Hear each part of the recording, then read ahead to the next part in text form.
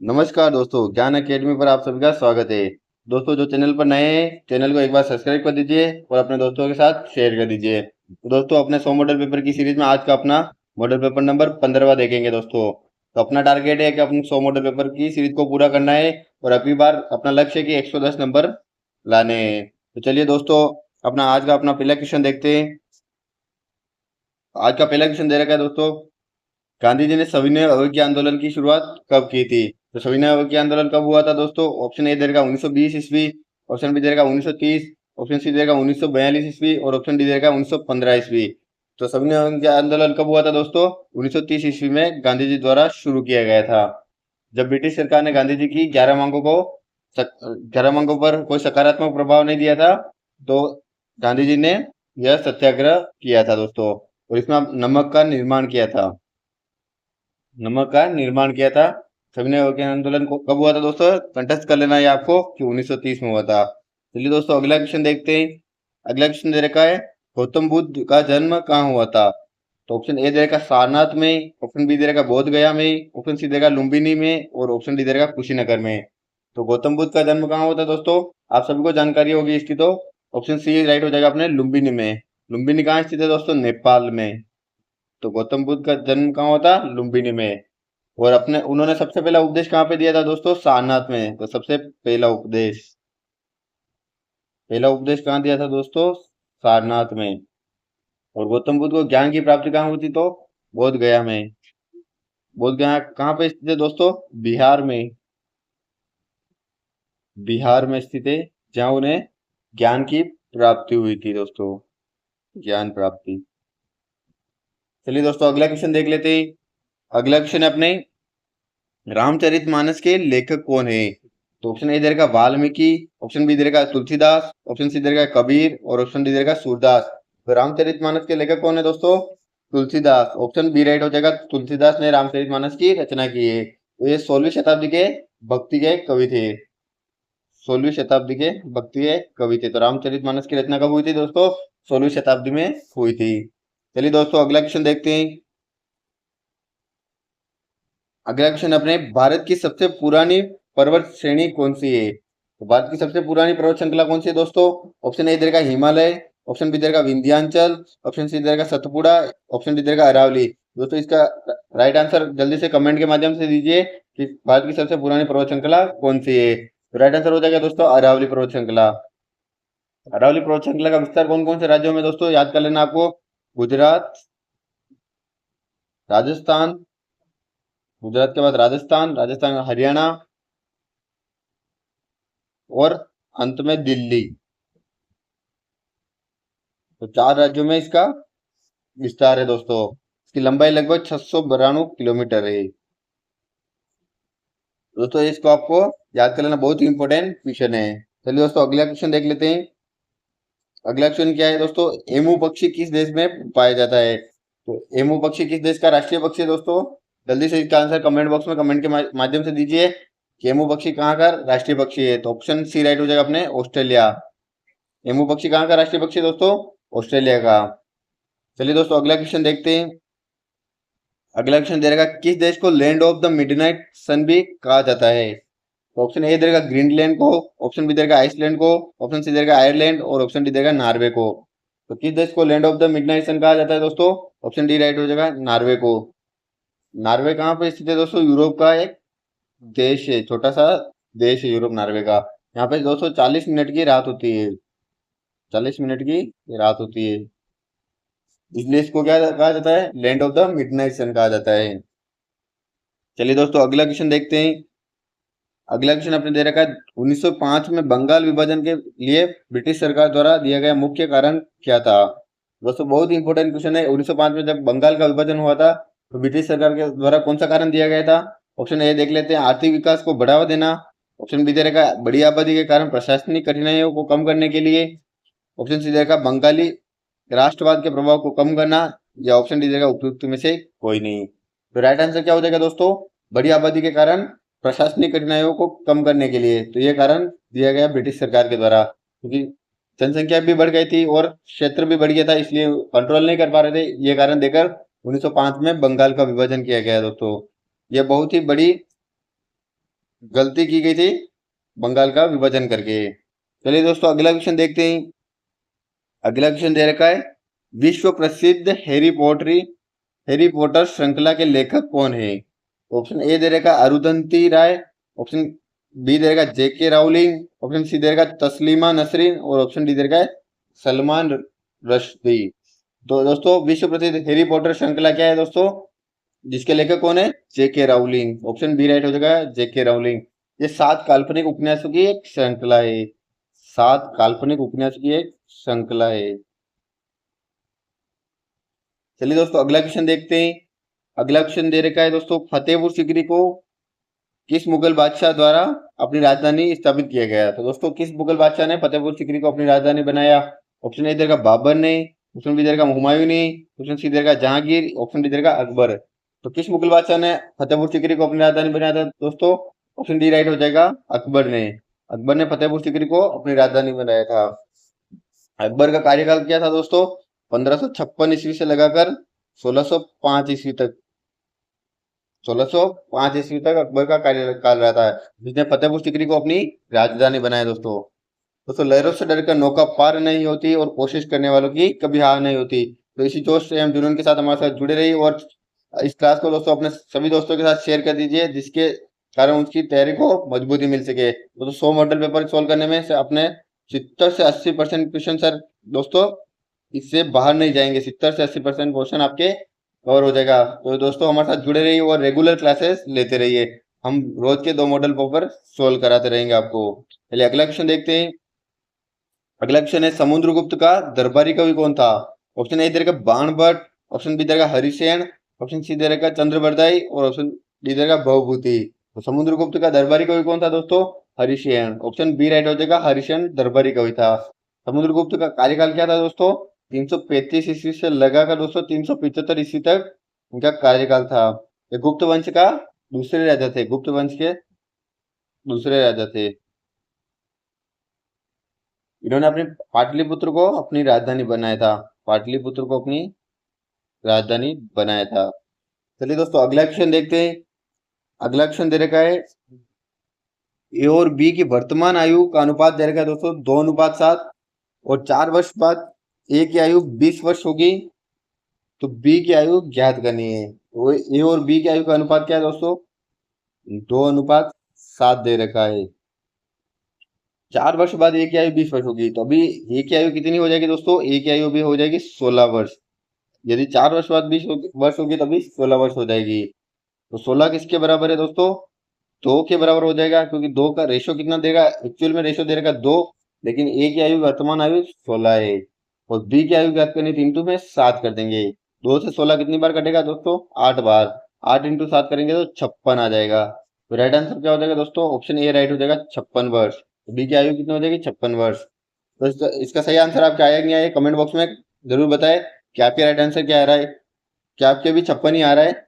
जल्दी से कमेंट करके बताइए। चलिए दोस्तों अगला क्वेश्चन देखते हैं। अगला क्वेश्चन दे रखा है, एक महिला की आय 24,000 है और वह उसमें से 3600 बचत करती है, तो वह कितने प्रतिशत राशि बचत, तो व्यय राशि ज्ञात करनी है। दोस्तों 24,000 रुपए में से 3600 की बचत करती है, तो बचत प्रतिशत निकाल लेते दोस्तों। सबसे पहले बचत प्रतिशत निकालते। 3600 की बचत करी दोस्तों, कितने से? 24,000 में से। इंटू क्या करेंगे दोस्तों? 100 कर देंगे। 2 जीरो से 2 जीरो कट जाएगा, 1 जीरो से 1 जीरो कट जाएगा। 24 का भाग 360 में देंगे दोस्तों तो कितना आएगा? 15 बार जाएगा। तो उसकी बचत प्रतिशत कितना है? 15% की बचत करती है। तो व्यय कितना करेगी दोस्तों? व्यय निकालने के लिए अपन 100 में से 15% बचत कर रही है, तो व्यय कितना करी? 85% हो जाएगा। तो राइट आंसर क्या हो जाएगा दोस्तों? 85%। 85% कहाँ दे रखा है? ऑप्शन सी में दे रखा है। तो दोस्तों एक पेन और कॉपी लेके बैठिए और अपने साथ सवाल को सोल्व करते रहिए। तो दोस्तों आपके राइट आंसर क्या आ रहा है? 85% ही आ रहा है। चलिए दोस्तों अगला क्वेश्चन देखते हैं। अगला क्वेश्चन बहुत इंपॉर्टेंट क्वेश्चन है। राहुल के अंक प्रिया से कितने 20% अधिक है? तो प्रिया के अंक राहुल के अंकों से कितने प्रतिशत कम है? तो बहुत इंपॉर्टेंट क्वेश्चन है दोस्तों, ये बहुत बार एग्जाम में पूछा गया। एसएससी का भी ये फेवरेट क्वेश्चन है दोस्तों। वो तो रेलवे के एग्जाम में, आरपीएफ के या एसआई के एग्जाम में जरूर पूछा जाएगा। तो दोस्तों मान लेते अपन प्रिया के अंक कितने हैं दोस्तों? 100 है। तो राहुल के अंक 20% अधिक है, तो राहुल के अंक कितने हो जाएंगे दोस्तों? 20% अधिक है, तो 100 का 20% अधिक कर देते हैं तो 120 हो जाएंगे दोस्तों। तो प्रिया के अंक राहुल से कितने प्रतिशत कम है? तो प्रिया के अंक राहुल से कितने कम है? 20 कम है। तो राहुल के अंक कितने हैं दोस्तों? 120 है। इंटू क्या कर देंगे? प्रतिशत में निकालने के लिए 100 कर देंगे। 20 से दोस्तों 120 कट जाएगा, 6 बार कटेगा। 6 का भाग 100 में देंगे दोस्तों, कितना आ जाएगा? 6 का भाग 100 में देंगे तो दोस्तों 16.66% आ जाएगा। तो राइट आंसर क्या हो जाएगा? ऑप्शन ए राइट हो जाएगा दोस्तों, 16.66%। राहुल प्रिया के अंक राहुल से के अंकों से कितने प्रतिशत कम है? 16.66%। चलिए दोस्तों अगला क्वेश्चन देखते हैं। अगला क्वेश्चन है, एक वस्तु को 780 रुपए में बेचने पर जितनी हानि होती उतना ही लाभ से 940 रुपए में बेचकर होता है। तो वस्तु का क्रय मूल्य ज्ञात करना है। दोस्तों एक वस्तु है, उससे 780 रुपए में बेचने पर जितनी हानि हो रही है उतना ही लाभ उसे 940 रुपए में बेचने पर होता है। तो उसका क्रय मूल्य ज्ञात करना है दोस्तों। तो बहुत ही सिंपल क्वेश्चन है। तो उसका रेशो कितना हो जाएगा? 1:1 हो जाएगा दोस्तों। तो 780 और 940 के बीच का अंतर कितना है दोस्तों? 160 रुपए। 160 में अगर अपन 2 का भाग देते दोस्तों तो 80 आएगा। तो 780 में 80 प्लस कर लेना है, जिससे कि अपन को क्रय मूल्य पता चल जाएगा। 780 में 80 प्लस करेंगे दोस्तों, कितना आएगा? 860 रुपए आएगा। तो क्रय मूल्य वस्तु का कितना हो जाएगा? 860 रुपए। तो बहुत ही सिंपल तरीका है। और एक और तरीका बता देता हूँ आपको, उस तरीके से भी आप कर सकते हैं दोस्तों। दोनों मूल्य को ये ऐड कर लेना है, 780 प्लस 940 को जोड़ लेना है और उसमें 2 का भाग दे देना है दोस्तों। 780 और 940 को जोड़ेंगे तो कितना आएगा दोस्तों? 1720 आएगा। 1720 में यदि 2 का भाग देते तो भी 860 ही आ रहा आंसर। तो इस तरीके से यह सेकंड तरीका हो गया दोस्तों, और ये फर्स्ट तरीका हो गया। दोस्तों दोनों ही तरीके से आप आसानी से सवाल को सोल्व कर सकते हैं। चलिए दोस्तों अगला क्वेश्चन देखते हैं। अगला क्वेश्चन दे रखा है, एक दुकानदार अपने ग्राहकों को 3 शर्ट खरीदने पर 2 शर्ट मुफ्त में देता है। तो छूट का प्रतिशत ज्ञात करना है। तो ग्राहकों को 3 शर्ट खरीदने पर 2 शर्ट फ्री में दे रहा है दोस्तों। 2 शर्ट फ्री में दे रहा है। टोटल कितने शर्ट हो गए? 3 और 2 5 शर्ट हो गए। और परसेंटेज निकालना इंटू 100 कर देंगे। तो 5 से 100 कितनी बार कटेगा दोस्तों? 20 बार। 20 से 2 का गुणा करेंगे तो दोस्तों कितना आ जाएगा? 40%। तो वह छूट परसेंट कितना हो जाएगा दोस्तों? ऑप्शन ए राइट हो जाएगा, 40%। बहुत ही सिंपल क्वेश्चन है दोस्तों, बहुत बार एग्जाम में ये रिपीट होता है। चलिए दोस्तों अगला क्वेश्चन देखते हैं। अगला क्वेश्चन देखा है, एक व्यक्ति बैंक से कुछ अगला क्वेश्चन है दोस्तों, एक व्यक्ति बैंक से कुछ धनराशि 8% की दर से 3 वर्ष के लिए उधार देता है।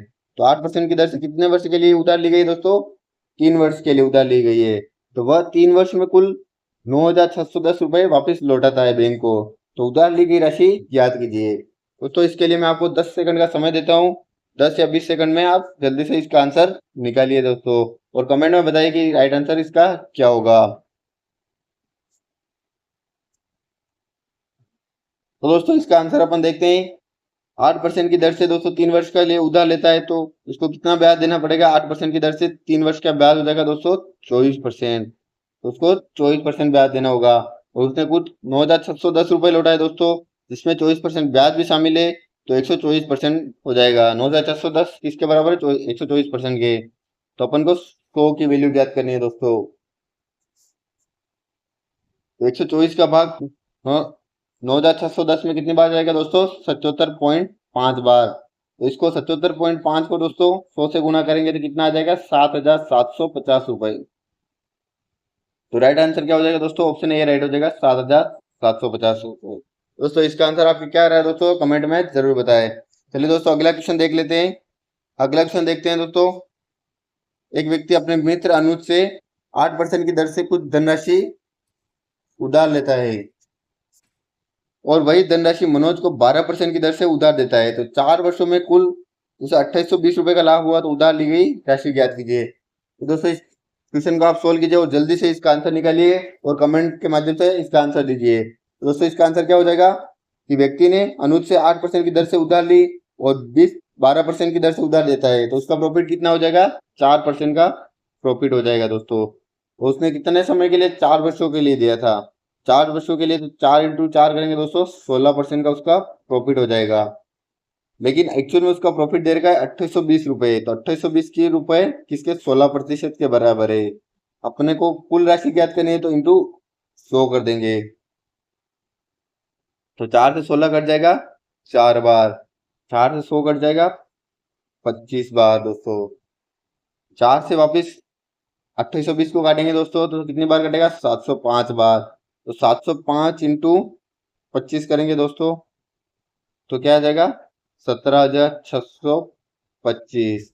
तो उसके दौरान उधार ली गई राशि कितनी थी दोस्तों 17,625। ऑप्शन सी राइट हो जाएगा 17,625। व्यक्ति ने 17,000 अनुज से कितनी राशि उधार ली थी 17,625 रुपए की राशि उधार ली थी। 8% की दर से ली और 12% की दर से मनोज को दे दी थी। उसका प्रॉफिट कितना होता है दोस्तों 2820 रुपए का। तो बहुत ही इंपॉर्टेंट क्वेश्चन है दोस्तों। क्या आपके आंसर आ गया है? नहीं आया है तो दोस्तों आप एक बार को वीडियो को वापस से देखिए, आपको आराम से समझ में आ जाएगा। बैक जाकर वापस से देखिए दोस्तों। तो अगला क्वेश्चन देखते हैं। अगला क्वेश्चन दे रखा बेमेल शब्द का चयन कीजिए। बेमेल शब्द को छांटना है दोस्तों। ऑप्शन ए दे रखा अगस्त, ऑप्शन बी दे रखा दिसंबर, ऑप्शन सी दे रखा अप्रैल और ऑप्शन डी दे रखा मई। दोस्तों इसका राइट आंसर आप जल्दी से कमेंट के माध्यम से दीजिए कि राइट आंसर क्या हो जाएगा दोस्तों। ऑप्शन ए दे रखा अगस्त। अगस्त में कितने दिन होते हैं दोस्तों 31 दिन होते हैं। दिसंबर में कितने दिन होते हैं 31 दिन होते हैं। लेकिन अप्रैल में कितने दिन होते हैं दोस्तों 30 दिन होते हैं। और मई में भी 31 दिन होते हैं। तो राइट आंसर क्या हो जाएगा दोस्तों अप्रैल राइट हो जाएगा, क्योंकि अप्रैल में 30 ही दिन होते हैं जबकि बाकी तीनों शब्दों में 31 दिन दे रखे हैं। चलिए दोस्तों अगला क्वेश्चन देखते हैं। अगला क्वेश्चन दे रखा है यदि बी को 16 लिखा जाता है तो डी को कैसे लिखेंगे। दोस्तों बहुत ही इंपॉर्टेंट क्वेश्चन है। राइट आंसर इसका जल्दी से कमेंट बॉक्स में कमेंट करके बताइए दोस्तों। आपको 10 सेकंड का समय देता हूं दोस्तों। इस आंसर को आप इसका आंसर निकालिए प्रिय विद्यार्थियों और कमेंट के माध्यम से उत्तर दीजिए। तो दोस्तों इसको अपन सोल्व करते हैं दोस्तों। बी का क्रमांक कितना होता है 2 लिखा जाता है बी को। तो 2 को क्या कर दिया इसने 2 का पावर 4 किया तो कितना आ गया 16 आ गया दोस्तों। इसी प्रकार से डी को कितना लिखा जाता है 4 लिखा जाता है। तो 4 की पावर 4 करेंगे दोस्तों तो कितना आ जाएगा दोस्तों 256 आ जाएगा। बहुत ही इंपॉर्टेंट सवाल है, बहुत ही सिंपल भी है दोस्तों। एक स्टेप का सवाल है लेकिन ये एग्जाम में बहुत बार आपसे छूट जाता है। तो आपको ये तरीका ध्यान रखना है कि इस टाइप से ये क्वेश्चन सोल्व होगा। तो ऑप्शन ए राइट हो जाएगा 256। चलिए दोस्तों अगला क्वेश्चन देखते हैं। अगला क्वेश्चन आपने दे रखा यदि किसी निश्चित कोड भाषा में 80 को 20 लिखा जाता है और बेट को 40 लिखा जाता है तो इसी कोड भाषा में केट को कैसे लिखा जाता है। दोस्तों बहुत ही इंपॉर्टेंट क्वेश्चन है। इसका आंसर आप निकालिए कि आपके आंसर क्या आ रहा है दोस्तों। दोस्तों 80 को 20 लिख रखा है तो 80 को 20 कैसे लिखा। ए का क्रमांक कितना होता है दोस्तों 1 होता है और टी का क्रमांक कितना होता है 20 होता है। दोनों को मल्टीप्लाई कर दिया दोस्तों 20 आ गया। कितना है दोस्तों 20 आ गया। इसी प्रकार से बेट को कैसे लिखा जाएगा दोस्तों। बेट का क्रमांक होता है बी का 2 होता है इंटू किया ए का क्रमांक 1 होता है और टी का क्रमांक कितना होता है 20 होता है। तो 20 इंटू 1 करेंगे 20 ही होगा और 20 इंटू 2 करेंगे तो 40 हो जाएगा। इसी प्रकार से अपन को केट का निकालना है तो दोस्तों CAT केट का सी का क्रमांक होता है 3 होता है, ए का क्रमांक 1 होता है और टी का क्रमांक दोस्तों 20 होता है। तो 20 इंटू 1 करेंगे 20 ही होगा, 20 इंटू 3 करेंगे तो 60 हो जाएगा। तो राइट आंसर क्या हो जाएगा दोस्तों 60 हो जाएगा। ऑप्शन ए राइट हो जाएगा 60। केट का क्रमांक कितना हो जाएगा दोस्तों 60 हो जाएगा। चलिए दोस्तों अगला क्वेश्चन देखते हैं। अगला क्वेश्चन दे रखा एक सीरीज दे रखी जिसको अपन को पूरा करना है। तो सबसे पहले 4 दे रखा है, उसके बाद 11 दे रखा है, उसके बाद 30 दे रखा है, उसके बाद 27 और उसके बाद 61 और लास्ट में क्वेश्चन मार्क दे रखा है। तो क्वेश्चन मार्क की जगह पे कौन सा आंसर आएगा दोस्तों। जल्दी से आप सोल्व कीजिए, इसका आंसर निकालिए और कमेंट के माध्यम से इसका उत्तर दीजिए। आपको दोस्तों 20 सेकंड का समय दिया जाता है। आप इस क्वेश्चन को सोल्व कीजिए और नहीं सोल्व होता है तो उसके बाद में मैं आपको इसका आंसर बताता हूँ, जिसको आप तरीकों को देख लीजिए, उस तरीके से ही आगे और क्वेश्चन सोल्व होंगे। दोस्तों इस क्वेश्चन को सोल्व करने के लिए अपन देखते हैं इसका आंसर। सबसे पहले 4 लिख रखा है, 4 कैसे आया दोस्तों 1 का क्यूब किया दोस्तों, 1 का क्यूब कितना होता है 1 होता है, प्लस क्या किया 3 कर लिया तो 4 आ गया दोस्तों। 11 कैसे आया दोस्तों 2 का क्यूब किया दोस्तों, सीरीज चल रही है, फिर 3 प्लस कर दिया तो कितना है 2 क्यूब को 8 होता है, 8 प्लस 3 करेंगे तो 11 आ गया। तो अब सीरीज में आगे क्या आएगा दोस्तों, 3 आएगा, 3 का क्यूब करेंगे दोस्तों कितना होता है, 9 होता है, 3 का क्यूब सॉरी 27 होता है, प्लस 3 करेंगे तो दोस्तों कितना आ जाएगा, 30 हो जाएगा। इसी प्रकार से दोस्तों अब आगे 4 का क्यूब करेंगे प्लस 3 करेंगे दोस्तों कितना होगा, 4 का क्यूब कितना होता है, 64 होता है, 64 प्लस 3 कितना हो जाएगा, 67 हो जाएगा। इसी प्रकार से आगे दोस्तों 5 का क्यूब करेंगे दोस्तों, 5 का क्यूब करेंगे 125 प्लस कितना 3 हो जाएगा दोस्तों, तो 128 हो जाएगा। तो आगे दोस्तों 6 का क्यूब करेंगे प्लस क्या करेंगे दोस्तों, 3 करेंगे, 6 का क्यूब निकालना है दोस्तों, तो 6 इंटू 6 36 होता है दोस्तों, और वापिस 6 का गुणा करेंगे तो कितना होगा, 216 आता है दोस्तों, 216 हो जाएगा, 6 6 36 इंटू 3 हासिल लगेगा, 6 3 18 और 3 21, 216, 216 प्लस 3 करेंगे दोस्तों तो कितना हो जाएगा, 219। तो राइट आंसर क्या हो जाएगा, ऑप्शन ए राइट हो जाएगा 219। तो दोस्तों आज अपन ने 25 20 से 21 क्वेश्चन देखे दोस्तों, आज के मॉडल पेपर में अपन ने 21 इंपोर्टेंट क्वेश्चन देखे हैं। दोस्तों आज की सीरीज अपन आज का मॉडल पेपर यही समाप्त करते हैं, और दोस्तों 100 मॉडल पेपर की सीरीज कंटिन्यू आगे भी कंटिन्यू रहेगी, और अपने दोस्तों के साथ और शेयर कर दीजिए क्लास को, ताकि उनकी तैयारी को भी और मजबूती मिल सके। और जिसने चैनल को सब्सक्राइब नहीं किया वो चैनल को एक बार सब्सक्राइब कर लीजिए, जिससे कि आपको आने वाले हर वीडियो का नोटिफिकेशन मिल सके दोस्तों, और आपकी तैयारी को और मजबूती मिल सके। Thank you for watching this video.